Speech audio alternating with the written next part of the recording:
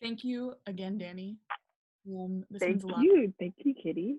be able to have this conversation with you. I'm really excited to pick your brain, and I trust you so much, and I feel so comfortable with you. I love you as a person. I love you too, and I really, really appreciate what you've been sharing on social media. I would love to ask you about your experience and how you're feeling right now. At the beginning, it was more of just grabbing all of those resources, trying to figure out my mental health, like stabilizing myself. Right now, I'm in this stage of trying to get all these resources and all these answers, and right now, I'm in the middle of making a syllabus for like trying to teach people, and hopefully, like with the future generations, like the history of our people of color. Figure out how we can put that back into the school curriculum. All of our history was taken away from us. So we can't continue to learn about Christopher Columbus and all those injustices as if they were heroes and accept it for reality. Yeah, it's so cripplingly insane how whitewashed our American education system is.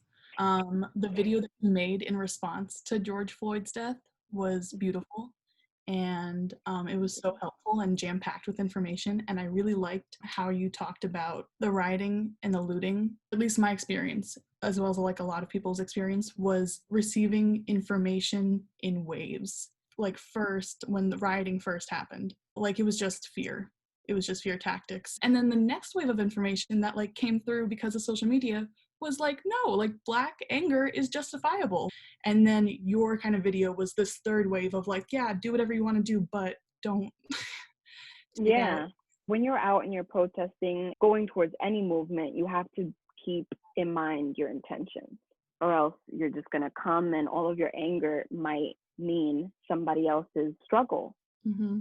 What has your experience been like protesting?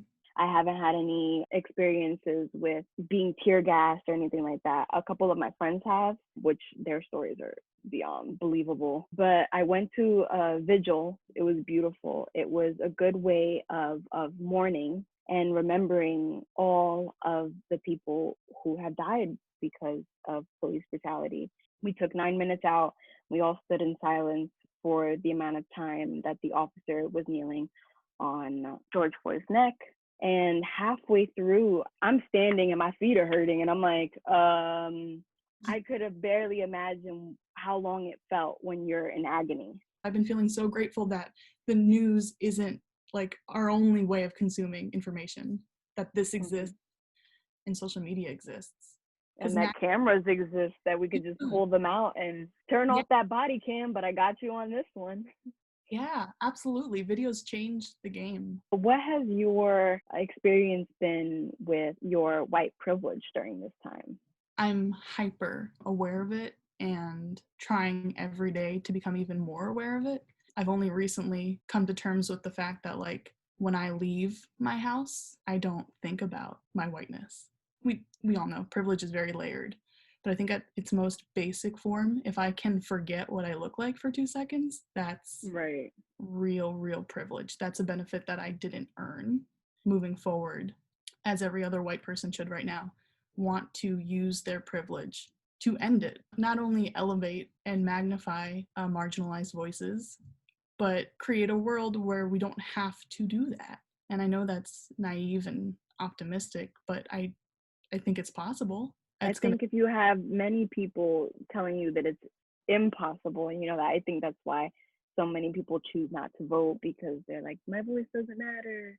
And not to say voter oppression isn't real. Voter oppression is real. It is a problem. It is out there. It's not 100% people lacking the will to vote. It's a combination of a whole bunch of things. you're absolutely right to be old enough and to be able to vote and be able to register and throw your hands up and be like, I don't care enough to do it. Like, it's a waste. Two specific conversations have gone down similar paths with two people, with two other white girls that I really, really care about. But both of them had this response of like, I don't know what to do. I don't know what to do. So I'm just gonna like not do anything.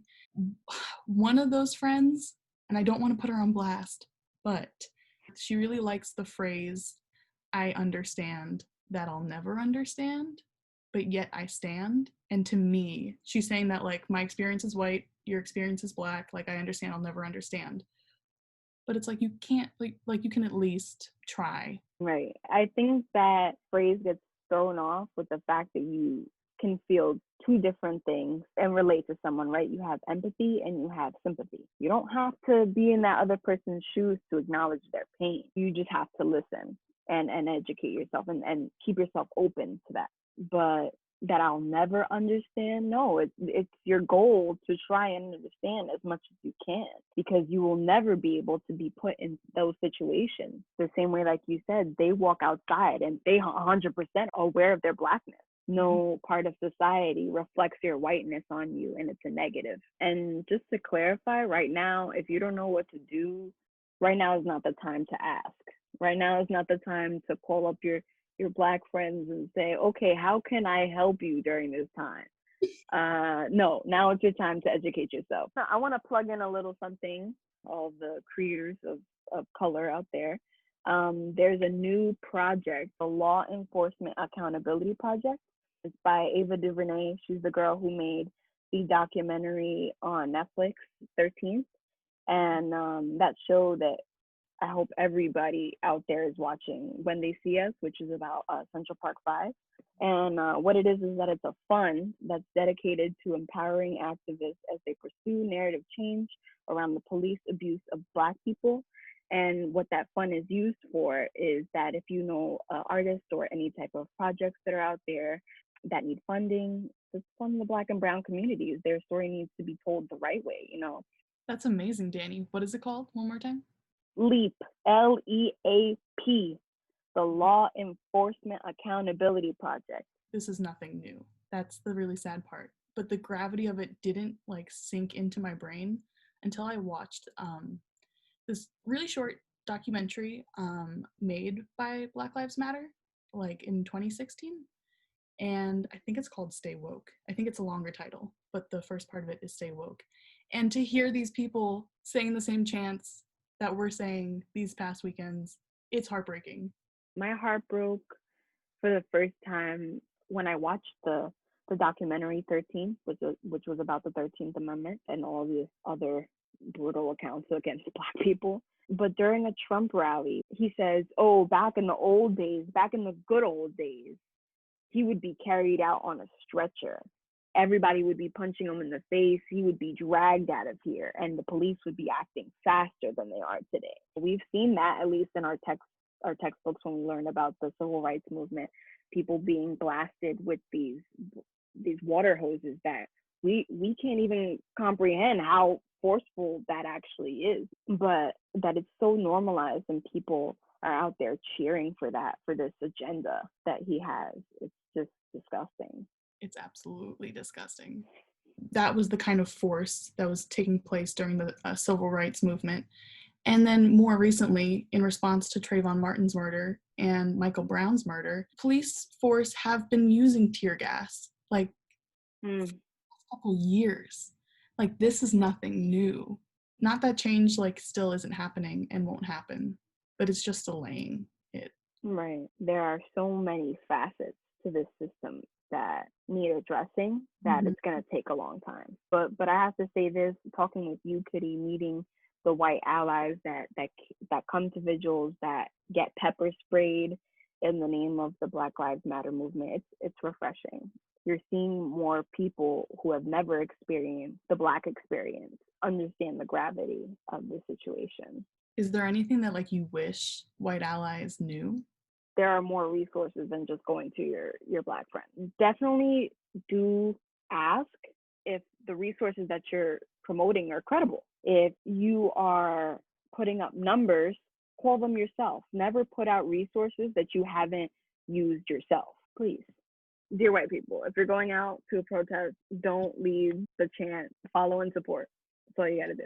There's white people that are grabbing the microphone at one of the vigils that I went to. It felt more like a protest, and so there were more speeches than I was expecting. And at one point, I think 2 white people ended up speaking, but the first white person to go up there was a woman in the back who was like justifiably upset that it wasn't a person of color who had the microphone. And then that created such a tension in the crowd. That was a vigil. It was a peaceful thing. And so to have the crowd turn on itself. And then tying it back to the beginning with the looting and the rioting, seeing that like most of the damage being done was being done by white people was infuriating. Mm-hmm. Planted cops and like the brick piles. We have videos of them putting the bricks together. There's still people that are like, defund the police. I don't know what you mean. Like, who's gonna protect you? Right. How much you want to bet they bought those bricks with the 5.6 billion that you're giving them every year? New York City. Come on, man. So yes, tell my people watching where they can find you, Kitty. I've never done this before. Wow. I'm Kitty Knorr on Instagram. But go follow OK Cool magazine. It's my baby. It is a magazine for creatives, and it's made by anybody who wants to participate. And it's made possible because so many really cool, really smart people want to participate, including people like Danny. Thank you, Kitty. Thank you so much, Danny.